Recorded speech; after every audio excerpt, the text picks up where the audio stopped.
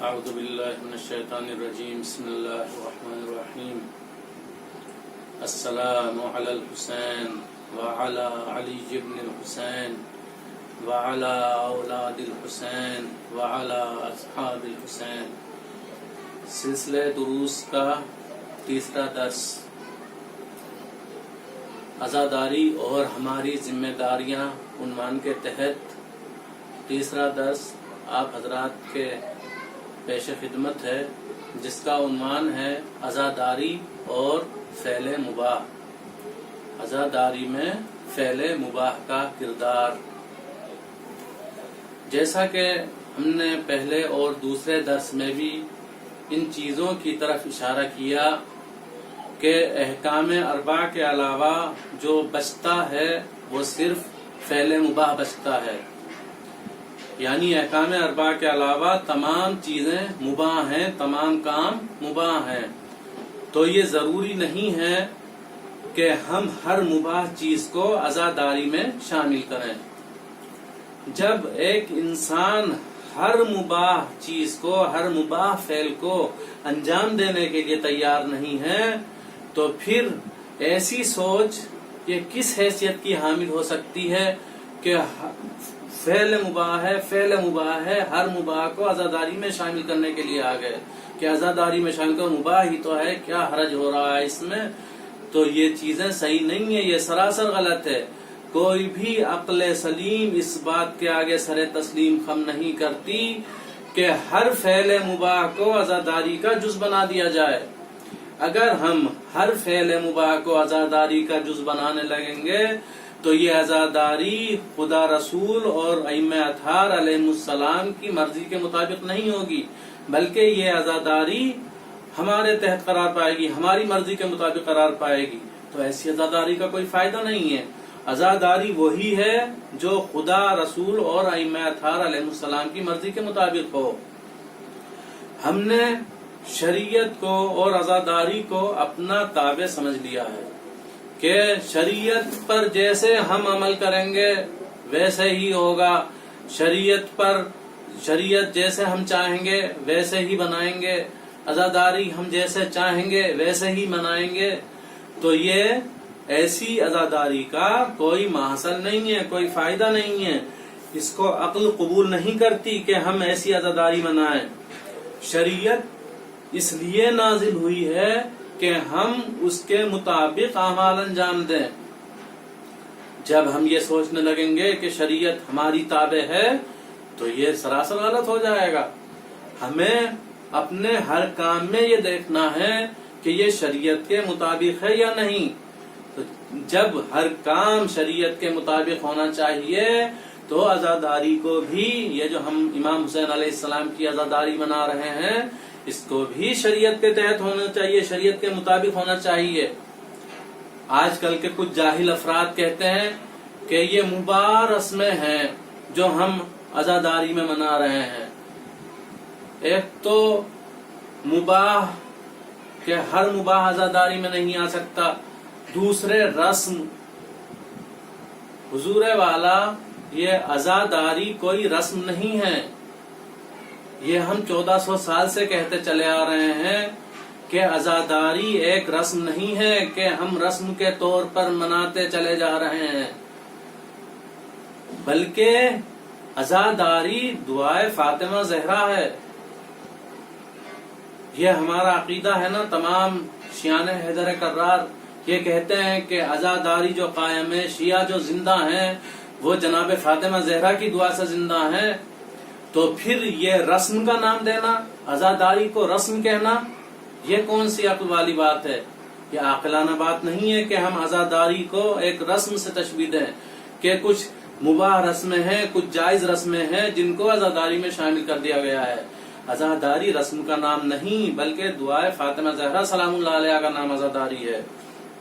تو جب ہم عزاداری کو دعائے فاطمہ زہرا مانتے ہیں اور کسی رسم کے تحت نہیں لاتے، ہم رسم نہیں مانتے ہیں، تو پھر ہمیں یہ کس نے اختیار دے دیا کہ ہم اپنی من پسند رسمیں عزاداری میں شامل کر دیں؟ ہر چیز کو جو جی چاہے وہ عزاداری میں لے آئیں۔ کہ مباح ہی تو ہے، جائز ہی تو ہے، اگر ہم نے انجام دے دیا تو اس میں کیا حرج ہے. تو عزیزوں یہ عزاداری کی شکل و صورت بالکل تبدیل ہو جائے گی، وہ عزاداری نہیں رہے گی. عزاداری کا مقصد ہے، ہمیں ہدف پر نظر رکھنی چاہیے کہ عزاداری کا مقصد کیا ہے، اس کا ہدف کیا ہے. کیا ہر مباح کام کو عزاداری میں شامل کرنا عزاداری کا مقصد ہو سکتا ہے؟ ہرگز نہیں، یہ مقصد نہیں ہے، بلکہ مقصد یہ ہے کہ اس کے ذریعے امام حسین علیہ السلام کے زخموں کا اندمال ہو. یہ ہم کہتے ہیں نا، تمام علماء و ذاکرین سے سنتے ہیں کہ جناب سیدہ ہماری مجلسوں میں آتی ہیں، رومال لے کر آتی ہیں، عزاداروں کے آنسوؤں کے منتظر رہتی ہیں کہ عزاداروں تم رو تاکہ میں یہ آنسو اپنے رومال میں لے کر جاؤں اور اپنے حسین کے زخموں کا مداوع کروں. یہ تمام چیزیں آپ سنتے رہتے ہیں، تمام لوگوں نے یہ چیزیں سنی ہیں، تمام باتیں سنی ہیں یہ. لیکن پھر بھی ہم کہیں کہ ہم اپنی من پسند رسمیں اس میں شامل کر دیں تو اس کا کیا فائدہ ہوگا؟ اس عزاداری کا کوئی فائدہ نہیں ہے. بہت سی چیزیں، بہت سی رسمیں ایسی ہیں جو دوسری قوموں سے آئی ہیں، جو دوسری قوموں کا شعار ہیں. ان چیزوں سے ہمارا کوئی لین دین نہیں ہے، کوئی رابطہ نہیں ہے، لیکن وہ چیزیں ہمارے معاشرے میں، امت تشیع میں، ملت تشیع میں داخل ہو چکی ہیں. مثلا ہتھکڑی پہننا، کلائی پر کلاوا باندھنا، یہ چیزیں یہ کہاں سے آئیں؟ کیا یہ شریعت میں ہے؟ کیا شریعت محمدی نے اس کی اجازت دی ہے؟ اسی طرح علم پر کلاوا باندھنا، یہ کہاں سے آ رہی یہ چیزیں؟ یہ دوسری قوموں سے، دوسری قوموں کا شعار ہے جو ہم اپنانے لگے ہیں. قوم تشیع ایسی قوم ہے جو تعلیمات اہل بیت کو دوسروں تک منتقل کرتی ہے، دوسروں تک پہنچاتی ہے، دوسروں کو تحت تاثیر قرار دیتی ہے. ایسی قوم تشیع نہیں ہے کہ دوسری قوموں کا اثر قبول کر لے، دوسری قوموں کی چیزوں کو اپنانے لگے. اس چیز کی طرف رسول اسلام نے صراحتاً اشارہ فرمایا، صراحتاً بیان فرمایا ہے کہ من تشبہ بقوم فہو منہم.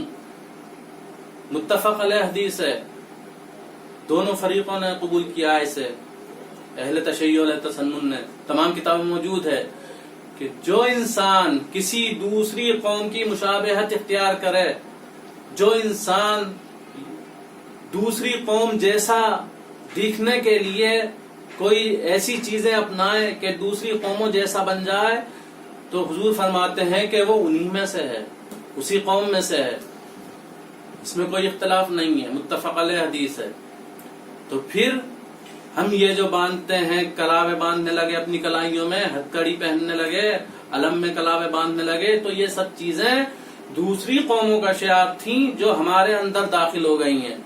اور یہ صرف کس وجہ سے؟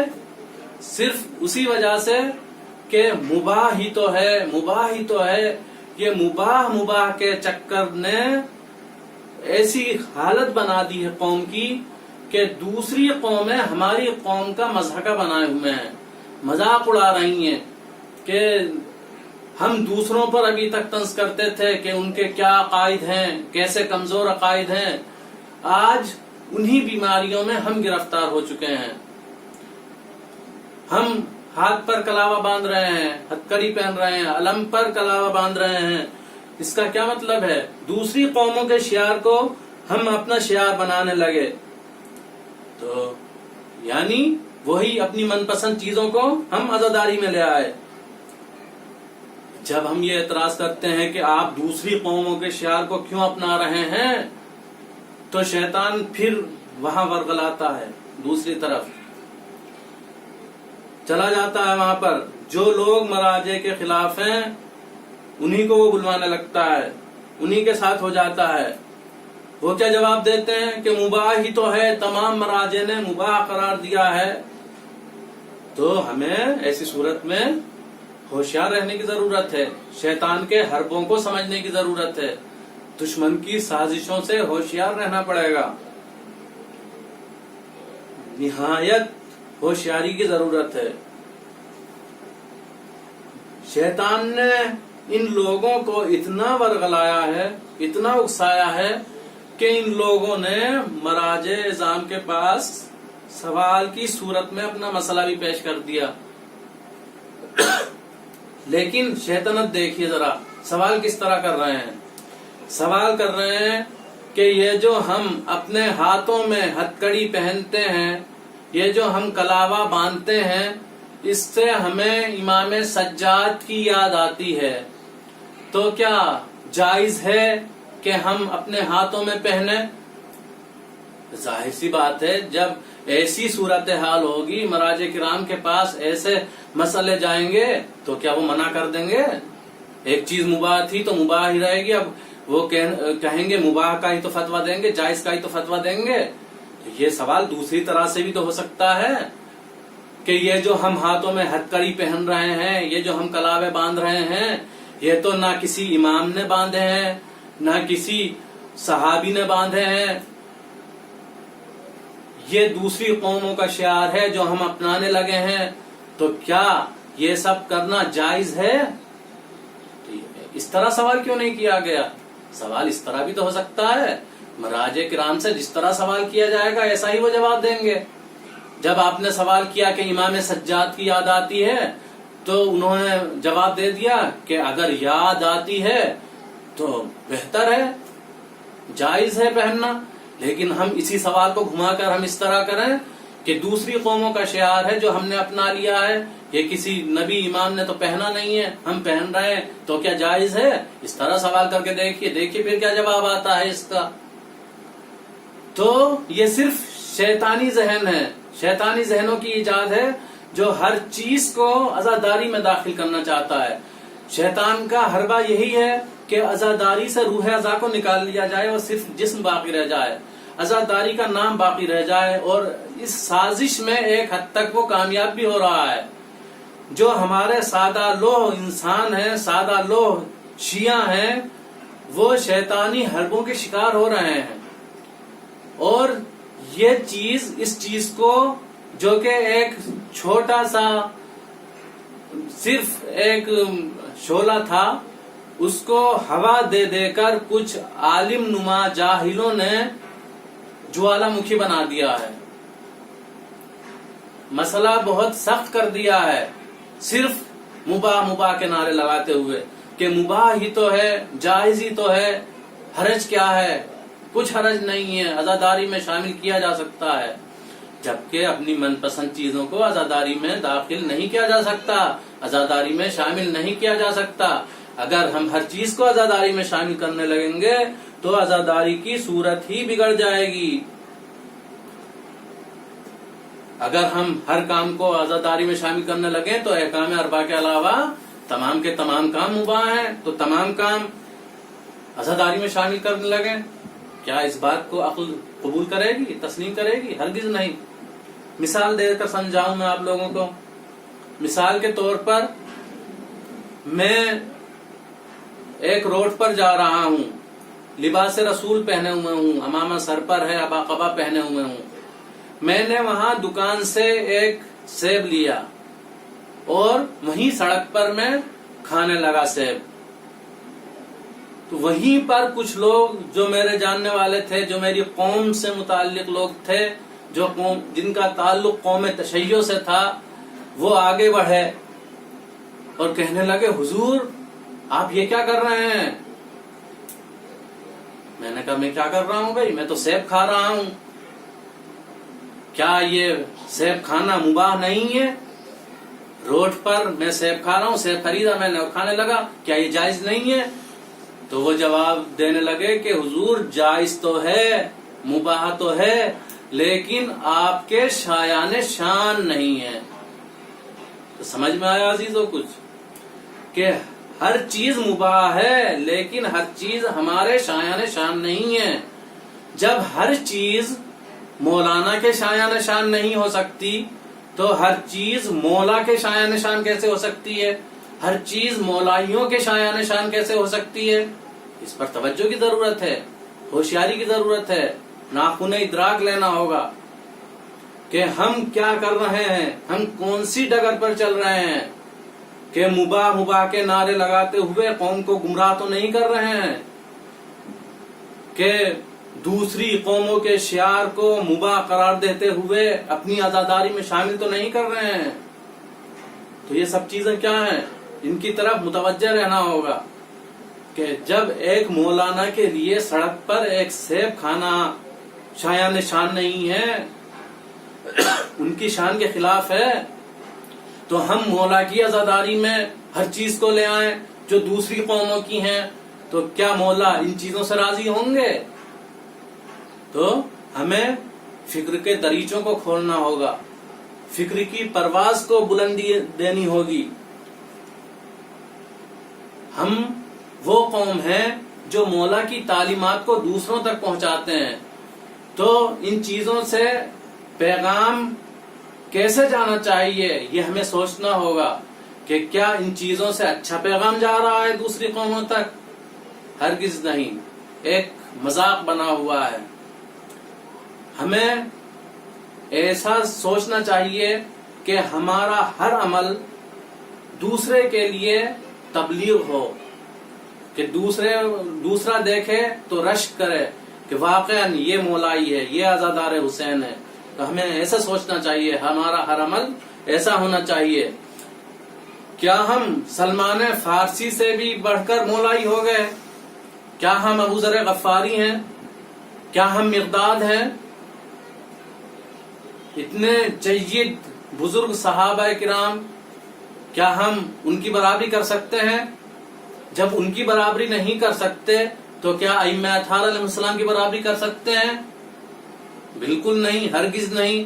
جب اصحاب کی برابری نہیں ہو سکتی تو ائمہ کی برابری کہاں سے ہوگی؟ تو عزیزو، جب ہم برابری نہیں کر سکتے تو ہم ان کی سیرت کو دیکھیں۔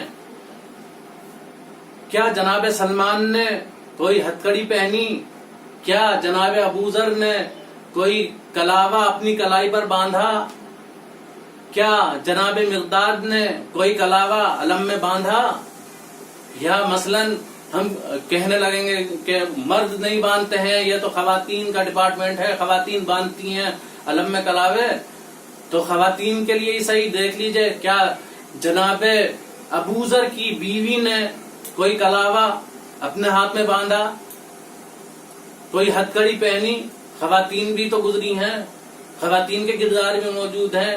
تو کیا خواتین نے ایسے افعال انجام دیے تھے جو ہم انجام دے رہے ہیں؟ کسی نے نہیں۔ امام سجاد علیہ السلام کے بعد 8 امام اور ہیں ہمارے، تو کیا 8 اماموں میں سے کسی ایک امام نے اپنی کلائی پر کوئی کلاوہ باندھا، کوئی ہتھکڑی پہنی؟ کوئی نہیں، کہیں تاریخ نہیں بتاتی۔ تو کیا معاذ اللہ ائمہ اطہار علیہ السلام کو امام سجاد یاد نہیں آتے تھے؟ ایسا ہم کیسے سوچ سکتے ہیں؟ جن کے وہ جد ہوں، جن کی اولاد ہو، ائمہ اطہار علیہ السلام اولاد ہیں، امام سجاد جد ہیں، اپنے جد کو وہ یاد نہیں کریں گے تو وہ کس طرح یاد کرتے تھے جب ہتھکڑی پہنے ہوئے نہیں تھے؟ وہ کسی بھی امام نے امام سجاد کے بعد ہتھکڑی نہیں پہنی ہے، نہ ہی کلاوہ باندھا ہے، تو یاد کرنے کا کیا طریقہ تھا؟ کیا کبھی ہم نے سوچا؟ ہم صرف یہ کہہ رہے ہیں کہ یہ جو ہم ہتھکڑی پہن رہے ہیں، یہ جو ہم کلاوے باندھ رہے ہیں، اس سے امام سجاد کی یاد آ رہی ہے۔ سراسر جھوٹ ہے، غلط ہے۔ یہ صرف ہم یہ کہہ کر تو پہن سکتے ہیں کہ فیشن ہے، فیشن کے عنوان سے ہتھکڑی پہنے رہی ہے، کوئی حرج نہیں ہے کہ فیشن ہے، لیکن یہ تہمت لگانا، یہ جھوٹ بولنا کہ اس سے ہمیں امام سجاد کی یاد آ رہی ہے، یہ صحیح نہیں ہے۔ یہ عزاداری پر ایک داغ ہے۔ عزاداری ایسی ہونی چاہیے جن کی تعلیمات ہمیں اہل بیت علیہ السلام نے دی ہیں۔ جب امام سجاد کو یاد کرنے کے لیے 8 اماموں میں سے کوئی امام ہتھکڑی، بیڑی یا یہ کلاوہ پہنتا نظر نہیں آ رہا ہے تو ہم مباح کے نعرے لگا کر ہتھکڑی، بیڑی اور یہ جو ہوتا ہے یہ کلاوہ، یہ کیوں پہن رہے ہیں؟ کس کی پیروی کر رہے ہیں؟ کس کا اتباع کر رہے ہیں؟ ہمیں سوچنا چاہیے، ہمیں اس بات کی طرف متوجہ رہنا چاہیے کہ شیطان اپنے حربوں میں کامیاب ہو رہا ہے، اور یہ کچھ وہ صرف مباح کے نعرے لگا رہے ہیں۔ مباح کے نعروں نے اتنا کوہرام بپا کر رکھا ہے ملت تشیع میں کہ عزاداری کو کھلواڑ بنا کر رکھ دیا گیا ہے۔ یہ صرف یہیں تک محدود نہیں ہے کہ کلاوے بندھے ہوئے ہیں یا ہتکڑی پہنے ہوئے ہیں، ذوالجناح کے اسٹیچو بنائے جانے لگے ہیں کہ مباح ہی تو ہے۔ اب دیکھیے جلوس ایک ہے، اس میں 7 8 9 10 پتہ نہیں کتنے اسٹیچو ہیں، ذوالجناح کے اسٹیچو بنائے ہوئے ہیں چھوٹے چھوٹے سے، اس میں پہیے لگائے ہوئے ہیں اور بچے چلاتے ہوئے جا رہے ہیں۔ یہ عزاداری ہو رہی ہے، جلوس نکل رہا ہے۔ اب یہ بتائیے کہ اگر کہتے ہیں کچھ تو تہمت لگنے لگتی ہے، الزام لگنے لگتا ہے کہ ہمیں کفار و مشرکین سے ملا رہے ہیں، تو یہ نہیں ہے تو پھر کیا ہے؟ یہ کیا یہ عزاداری ہے؟ کیا کسی امام نے اسٹیچو بنائے تھے ذوالجناح کے؟ کیا کسی امام نے کبھی کلاوے پہنے، کبھی ہتکڑی پہنی؟ تو جو اماموں کی سیرت رہی ہے، ہم اپنے اماموں کی سیرت کو دیکھیں۔ صرف مباح کے نعرے لگا کر قوم کو گمراہ کرنا کوئی عقل مندی کی دلیل نہیں ہے، عقل مندی نہیں ہے۔ یہ عقل کا تقاضا یہ ہے کہ جو بری چیز ہے اس کو برا کہا جائے۔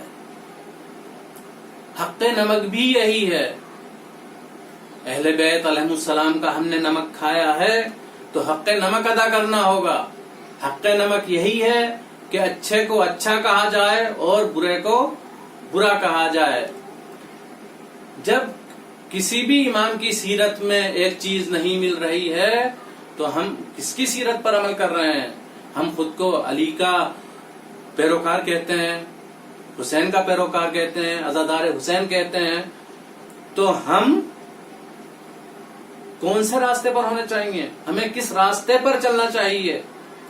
کیا ہمیں اسی راستے پر چلنا چاہیے کہ جو شعار دوسرے لوگوں کا ہے، دوسری قوموں کا ہے، وہی شعار ہم اپنا بنا لیں؟ جی نہیں۔ عزاداری کا مقصد، جیسا کہ میں نے ابتدا میں عرض کیا، کہ عزاداری کا مقصد یہ ہے کہ یہ قبول بارگاہ الہی ہو، قبول بارگاہ امام حسین ہو، امام حسین کی مرضی کے مطابق ہو۔ امام حسین کی مرضی کو تلاش کرنا ہوگا کہ امام حسین علیہ السلام کی مرضی کیا ہے۔ ہم ہدف کو پیش نظر رکھتے ہوئے عزاداری منائیں گے تو ہم حقیقی عزادار کہلائیں گے، اور ہماری عزاداری بھی حقیقی عزاداری ہوگی۔ وآخر دعوانا ان الحمد للہ رب العالمین۔